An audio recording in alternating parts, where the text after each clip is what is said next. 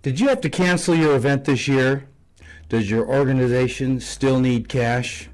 How about $50,000 to $100,000? Well, you've come to the right place.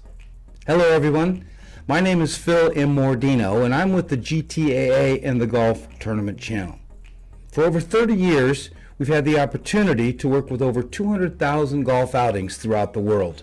We have one simple mission, and that is to help you produce a better golf tournament. So we're living in some crazy times. So we've got an idea for you today that we're going to share that's going to help you overcome some of the objections that you've been hearing by your communities. The big challenge, award ceremony. It's been tough getting a lot of people together. We see that, we understand that. So we're going to talk today about a golfathon. What is a golfathon? How does it work? How do you raise big money? Well, Albert Einstein said, imagination is more important than knowledge. And today we're going to share a little bit of both. A golfathon. Been going on for years, but a lot of people haven't heard about it. So we're going to discuss everything you need to know about hosting a golfathon or a golf marathon. So let's start off. What is a golfathon? First of all, it's a major fundraising event.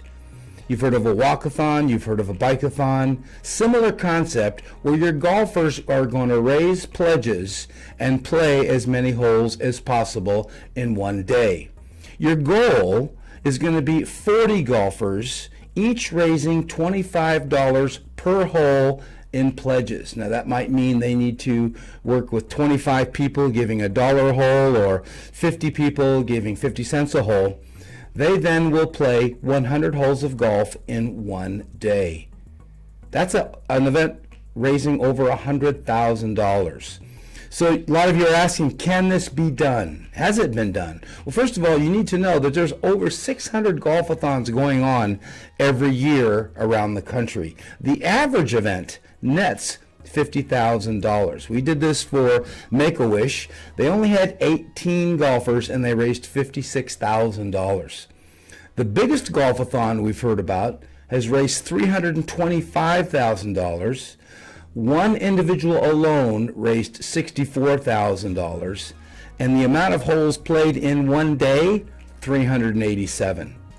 So, what are the benefits of a golfathon or a golf marathon?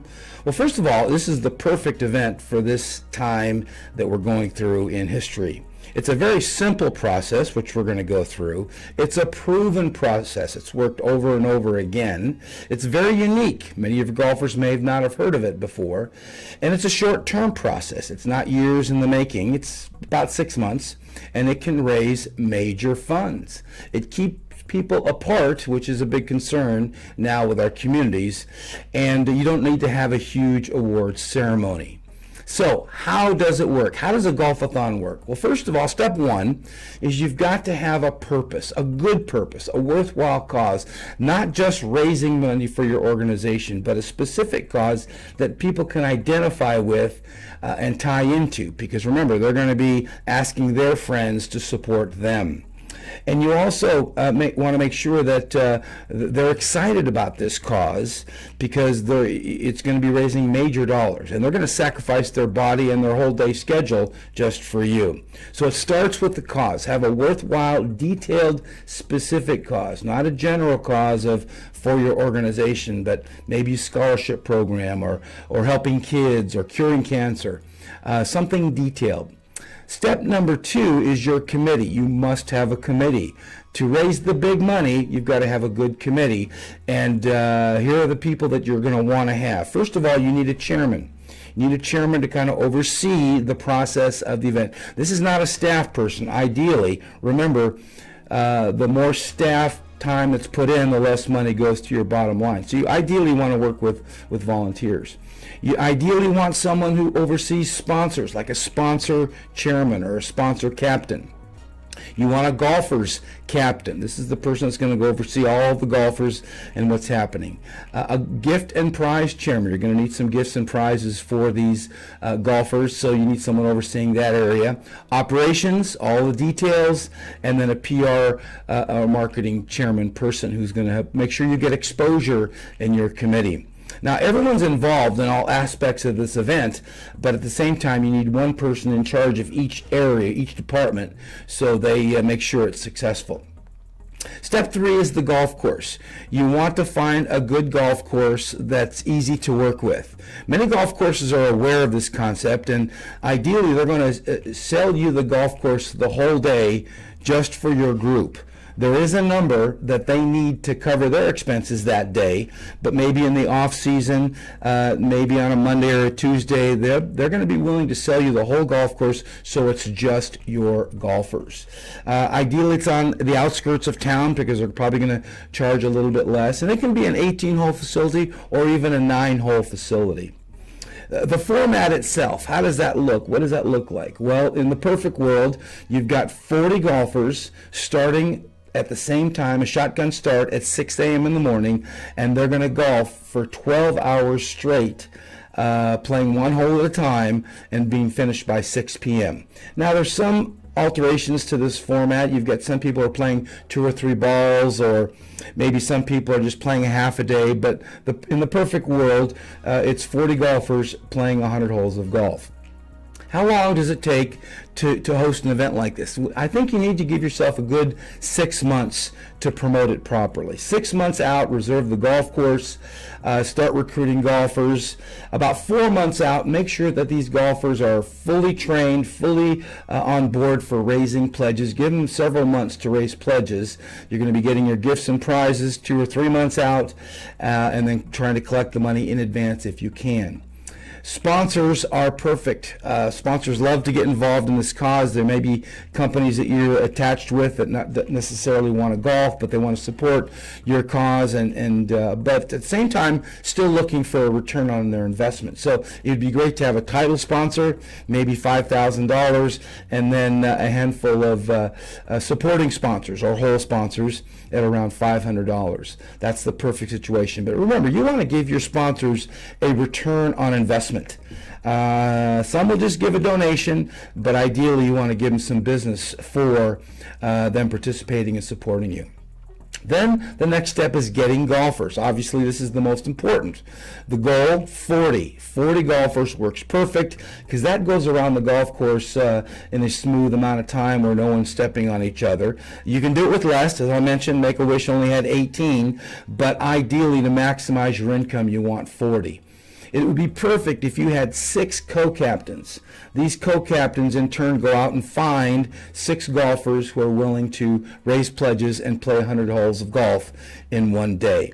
The pledges can be raised from anybody, anywhere, anyhow. Ideally, it's a golfer who has lots of contacts and relationships. They're going to go to their friends, they're going to go to their family, they're going to go to their co-workers, and they're going to say, hey, listen, I'm going to sacrifice my body and play 100 holes of golf in one day. The least you could do is give me a $1 a hole or 50 cents a hole. We have some supporters that give $2, $5 a hole, but the perfect world is $1 per hole. Playing 100 holes of golf, that specific golfer is going to raise $2,500. You need some gifts and prizes. There's 2 types that you're going to want to acquire. One is a goodie bag or a gift bag that all the golfers get just for participating. This can include a hat, gloves, balls, towel, things that golfers like, and give that in a goodie bag when they first arrive. Just more of a thank you for participating and working with us. The next type of gifts you're going to want to acquire are gifts and prizes for contests. You're going to want to have contests like most holes played and most money raised, that type of thing, best score, closest to the pin, and so forth. Which brings up the games and contests. As I mentioned, you're going to want to have a lot of them just because it breaks up the monotony of playing 100 holes. But you can have a closest to the pin on every par 3. You can have 2 or 3 long drives. And remember, they're going to play this course about 6 times in a day, so they'll have plenty of opportunities to win those prizes. But remember that the more golfers that win prizes get excited, and they're going to remember not only your organization but the event, and they're going to want to participate. So the more golfers that get prizes, give out as many as you can and have as many games and contests as you can.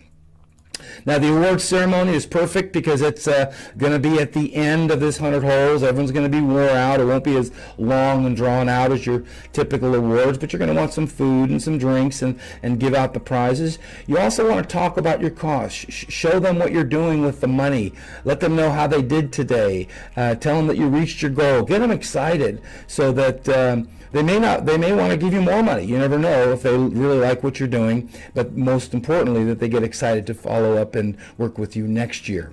Now, after the awards ceremony, you want to follow up. You want to stay in touch with your golfers and your sponsors. I would encourage you to send out a newsletter once a month. Let them know what you're up to, what's going on, how things are coming along, and what you're doing with their money, because they not only want to know that it's going to a good cause, but you want to stay in touch with them so they're reminded to be involved with you next year. So what will this cost your organization to produce? Ideally, zero. And here's why. You're going to obviously have income from sponsors and golfers. And if you can get that sponsor money collected in advance, you'll have no out-of-pocket expenses. So the perfect world, you've got maybe one title sponsor at $5,000 and you've got 10 major sponsors at $500.